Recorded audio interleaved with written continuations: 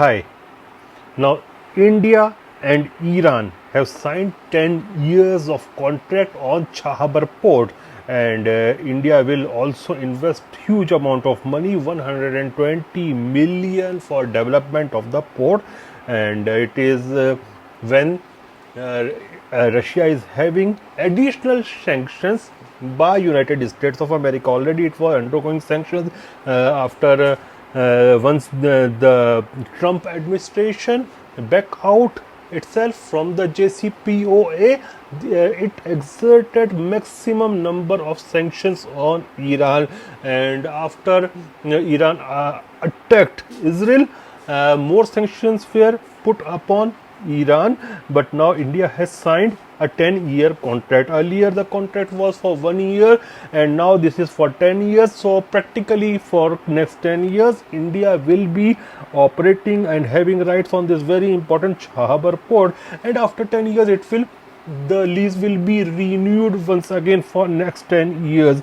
Now actually, if you look at the American reaction, America is angry and they are saying that India risks sanctions, and all of their major outlets like BBC, Western outlet, BBC and CNN, all these things, they are talking about possible sanctions on India. But I have always maintained one thing, that India has its own foreign policy autonomy and freedom and strategy. We are not, and practically autonomy is a wrong word, it is sovereignty. India is having its full freedom and sovereignty on its foreign policy, and that's what we have executed. And if United States of America is warning of sanction, go hell with your sanctions. We are sanction proof because we are not a dependent nation on you like other countries. And Iran has also said that India is a very important country for the world. Actually, they have said India is too important for the world, and they have also said that India is also important for the United States of America. Definitely. And today the United States of America needs India more to counter China than we need United States of America. So there is no point of being afraid of sanctions. And already some days back, actually, our foreign minister, and I say he is a jewel of India, Mr. Jay Shankar, he said that American hegemony is ending. So, and I have put that statement, the video, on my Twitter X. So we don't need to worry about their sanctions. They can't dare to sanction a country like a strong country, a major country like India. And I am saying once again, India is sanction proof because United States need India more than India needs United States of America. Now Sergei Shoigu, the former defense minister of Russia, he has been made Secretary of Security Council, and technically it's a promotion, though the Western outlets, they are talking as if the Putin administration is undergoing various problems and this is a demotion, but practically it is not a demotion, but it is a promotion. Plus, and actually it puts Sergei Shoigu in a position where he is now in effect Putin's national security advisor, like Joe Sullivan is to Joe Biden, Jack Sullivan is to Joe Biden. Now practically this guy Sergei Shoigu is Putin's NSA, and he has also been appointed as deputy chair of military industrial commission. Now he has replaced basically Medvedev, because up till now Medvedev was the deputy chair of military industrial commission, which is overlooking the huge production of military equipment. And there are reports that Medvedev want to go, because he's a big lawyer himself, he want to go for some kind of constitution law thing like that. So Medvedev will also be there. I'm sure that he won't be out of picture, because looking at his closeness with Vladimir Putin as well as his hardline stance on international platform vis-a-vis West and Ukraine, so he will be very much there. Now, Sergei Shoigu, if you don't know, he was never a military guy, and he is basically a civilian engineer, but he is a very good manager. So, he has been sent to this place where he will be overlooking the production of military machine of Russia, and I was watching since so long in the news that he was inspecting factories and all these things. So he was already doing this task. Now he will be doing this task full time, and actually it is a misconception that Russia has its defense ministers, people who were already in uniform, but if you go back all the way to the Russian Revolution of 1917, or even far behind that, you will more often find that defense ministers were civilian people. Even during the time of Stalin himself,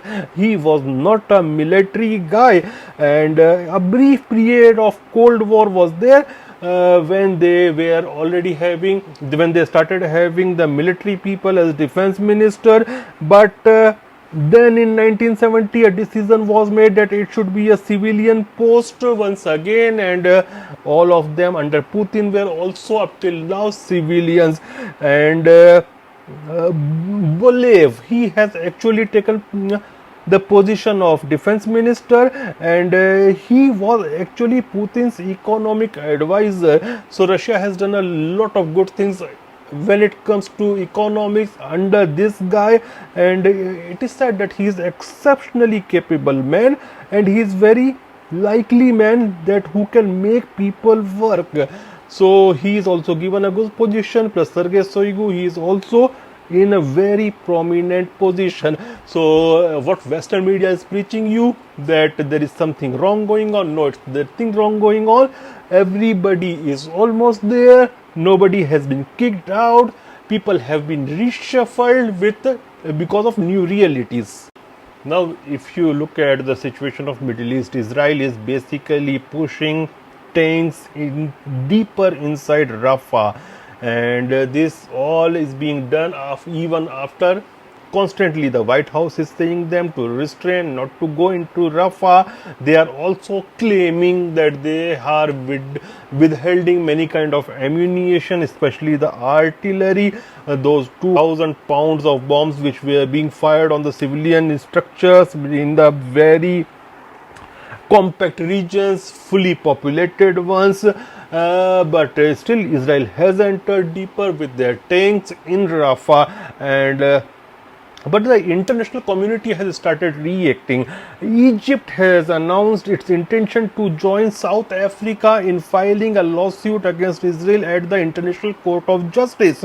And this is very significant because if you look at Egypt, Egypt is the most friendly country in the neighborhood to Israel after Jordan, and Egypt is basically not a vassal state. Jordan is a vassal state of United States of America as well as Israel, but Egypt is not, but it was very friendly, and it is the matter of sovereignty of Israel, of Egypt as well, because now when they have entered into Rafah, they have occupied the Philadelphia corridor. So Israel has actually breached the Camp David Accord of peace with Egypt. So Egypt is going to international court against Israel. Then there was a comment from the president of Colombia wherein he said a lot of things about Benjamin Netanyahu and the genocide which is going on, and then Israel said him anti-Semitic. So if anybody says anything, now they call it anti-Semitic, and actually this is not good thing. I'm a friend of Jews. I have many hundreds of Jews are my friends and very good friends. So the term anti-Semitism was basically coined with sting after the Holocaust. But if you use it for every political reason, it loses its sting, and now it has started losing its sting. Then I was also amazed by seeing an article in Financial Times, and Financial Times is very much an arm of deep state of United States of America, wherein it says that United States says that Israel's use of American arms may have violated humanitarian law. So actually, Joe Biden is trying to put some kind of pressure. It is not because of love for those children who are being killed, but it is for his own political losses which he is getting. Because if you look at the statement by very senior, prominent Democrats like Bernie Sanders, and I always use the word of Bernie Sanders because Bernie is the senior most Jewish Democrat senator, and he's condemning Joe Biden right now. And even we saw the UN vote in which majority, most of the, or I will say, except United States of America, every major country in the world voted for a Palestine, full membership of Palestine in the United Nations. But still, US will definitely take a veto, but this is showing what world wants. 143 countries voted in favor and 9 voted in against. In 9, only major country was United States of America, somewhere island nations, Palamu and all those things. So and 25 abstained. Then the King of Spain, actually, he also expressed concerns, and if I'm not wrong, the King of Denmark, he also waved Palestinian flags. But there are also people like Lindsey Graham, and Lindsey Graham, what he said, this guy is a real warmonger and he loves blood, I think. He said that wasn't it okay for the United States to drop 2 nuclear bombs to end the last war, it is World War? And he said, according to me, it was okay. Israel, do whatever you have to do. So he, in a way, saying, drop an atomic bomb on Gaza. So this guy is a real human flesh and blood lover, and he's a real warmonger. But there are people like Bernie Sanders, most of the countries of the world, including India, Russia, China. See, India, Russia and China, they are the major countries of the world today, and these are the rising countries. These are all of the three. India, Russia and China are the rising bloc. These are the rising country, whereas the collective West is actually going low. Their hegemony is going down. And I think it was February of last year when Emmanuel Macron himself talked to his elites in the Elysee Palace. He gave a seminar on the declining hegemony of West, which was there for past 400 years. So all these things are happening. I pray that human blood should not be spilled and peace should be restored. And a country like India always believe in non-violence. India also voted for Palestine state in the UN. India has always worked for peace, and we wish peace.